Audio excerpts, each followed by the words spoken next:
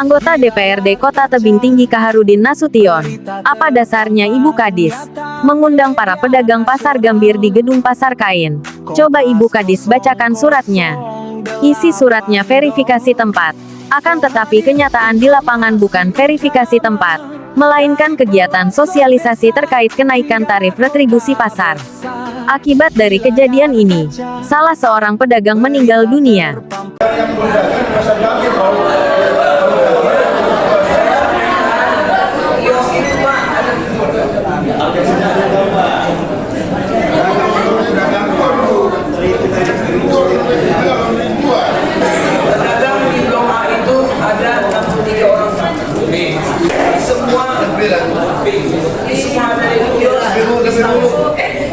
Jadi gini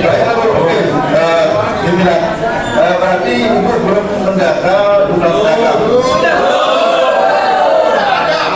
Bagaimana kita memberikan keadilan Ibu ke pedagang ini kalau kita tidak tahu juga jumlahnya berapa?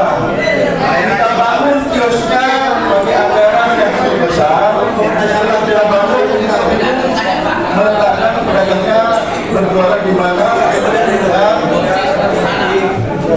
jumlah pedagang dan jumlah kios yang kita bangun tidak sesuai. Jadi Ibu Kadis, saya mau kiranya ini kita memberikan keadilan seadil-adilnya dalam arti yang pertama, pedagang harus kita sepakat dulu, pedagang yang selama ini pedagang harus kita berdagang kembali. Yang kedua, tidak ada sewa. Ya, kalau untuk dari orang tua kanan itu wajar, dari orang tua kanan itu wajar, tidak sewa. Tapi kalau ada yang menyewa ke orang lain harus kita hilangkan. Semangat ya?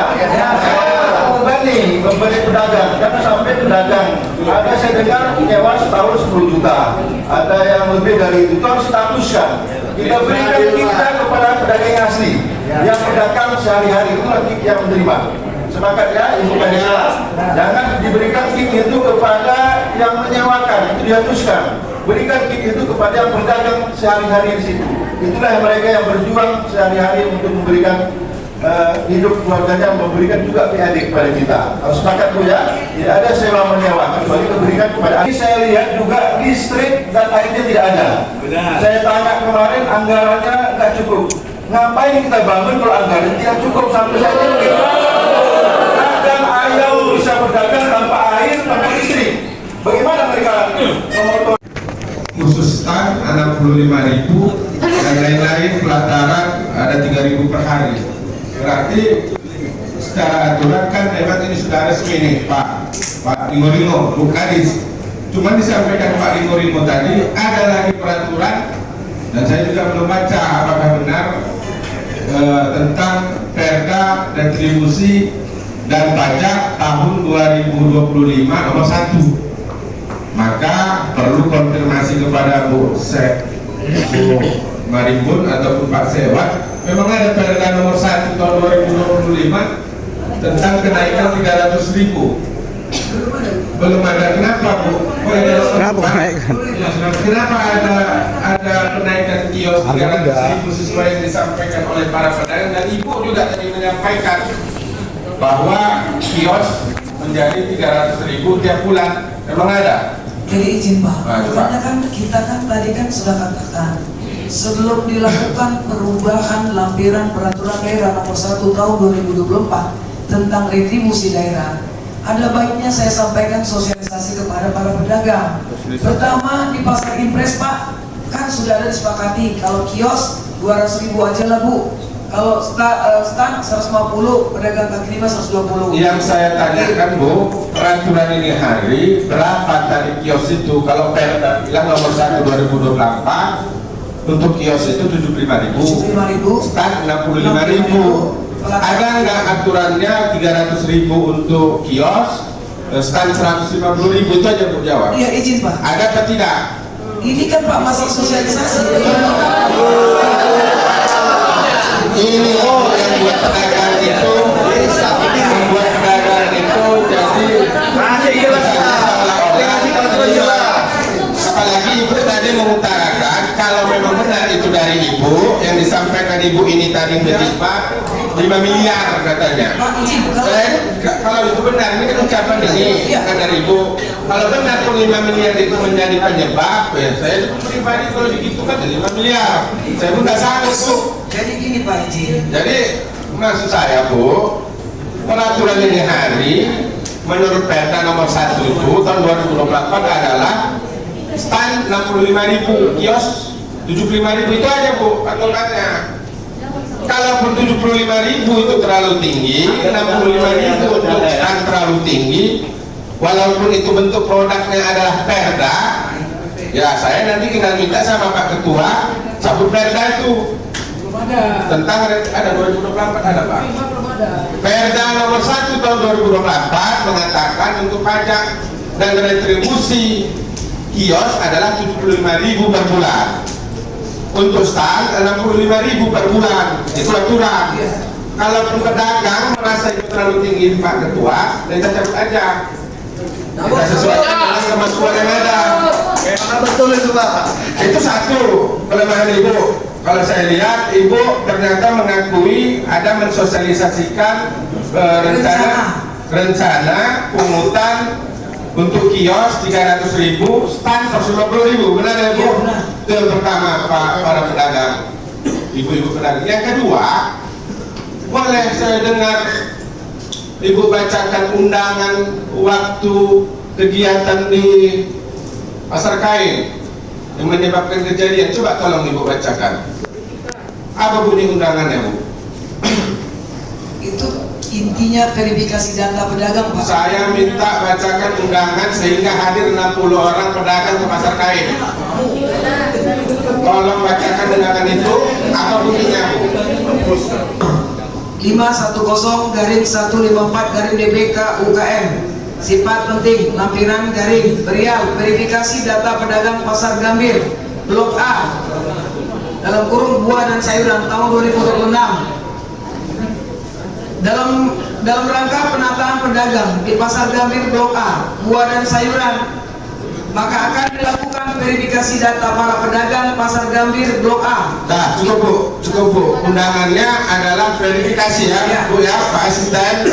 Undangan yang disampaikan kepada 60-an pedagang Blok A itu adalah undangan verifikasi. Menurut keterangan di awal Ibu dan undangan yang diterima tadi yang dibacakan Ibu ini adalah Ibu sudah mensosialisasikan. Ternyata undangannya adalah verifikasi Pak Asisten, bukan sosialisasi. Tidak, sosialisasi itu tidak ada ternyata Bu. Betul. Adakah sosialisasi? Bohongnya adalah verifikasi, bukan sosialisasi. Sosialisasi di mana? Kami lihat Bu, Pak Wali Kota. Paling di situnya kami mau rehab segala macam. Datang keluhan ibu yang berjilbab ini. Macam mana kami mau jualan katanya. Cuma sekilonya jeruk itu yang bisa kami pampangkan. Stand yang kami terima nanti hanya cukup untuk selonjor. Apa masalahnya? Perencanaan juga tidak jelas. Kadis, walaupun ibu penerima manfaat bangunan itu. Maka kenapa kami undang dinas PU? Ibu Bapak pedagang supaya jelas urusannya. Kalau urusan penataan ada di dinas perdagangan, urusan pembangunan ada di dinas PU. Nah itu bapaknya Pak Risma namanya, Rijal Ismanuddin, singkatannya Risma. Kaitannya Bu Kadis, Ibu selaku dinas teknis harusnya kan koordinasi juga. Ketika ini bangunan mau kita kerjakan, sampaikan kepada masyarakat, kepada pedagang. Kami maunya ukurannya seperti apa? Jangan ukurannya sor-sor kita.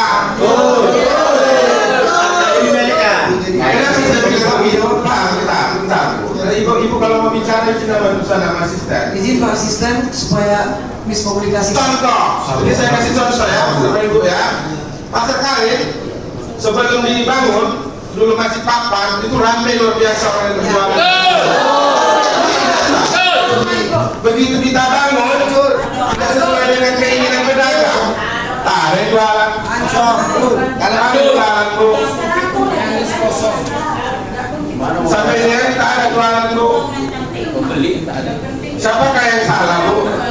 Saya juga tidak ada menyalahkan Ibu. Kami juga salah di sini. Kami juga salah, Bu. Kenapa itu terjadi? Tapi yang paling salah, Bu, program pemerintahnya adalah wali kota. Mana dia kondisi RSKP, mana kondisi pedagang yang meninggal ini? Kami tak nampak kami jenguk. RSKP pun dia tak nampak kami menjenguk pasien. Ke yang meninggal pun kami tak nampak dia menjenguk, mengatakan duka apa segala macam, tak ada. Ini hari lalai Ibu dua.